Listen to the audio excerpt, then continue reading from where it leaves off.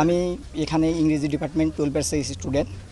তো আমাদের এখানে যে ঝামেলাটা হয়েছে, এখানে অ্যাকচুয়ালি আমাদের কর্মসূচি ছিল অবস্থান কর্মসূচি। আমাদের উদ্দেশ্য ছিল আমরা মডার্নে গিয়ে অবস্থান করব, কিন্তু আমাদের যে এখানে ছাত্র সংগঠন আছে তারা আমাদের আগেতেই জানিয়ে দিয়েছিল যে অবস্থান, ছাত্রলীগ ছিল এখানে।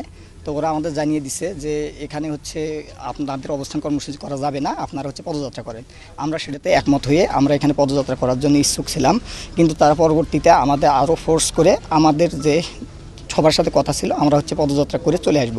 কিন্তু আমাদের যখন ক্যাম্পাসের গেটে যখন চলে গেছে তখন ছাত্রলীগ সহ বাকি স্যাররা যারা আছে তারা আমাদের হচ্ছে বাধা প্রদান করছে।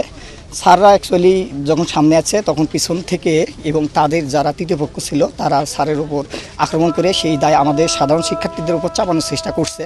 এই রকম যে আন্দোলন থাকে সেই আন্দোলনগুলোতে বরাবরই ছাত্র তৃতীয় পক্ষ ঢুকে এবং সাধারণ শিক্ষার্থীদের উপর দায় চাপানোর চেষ্টা করে।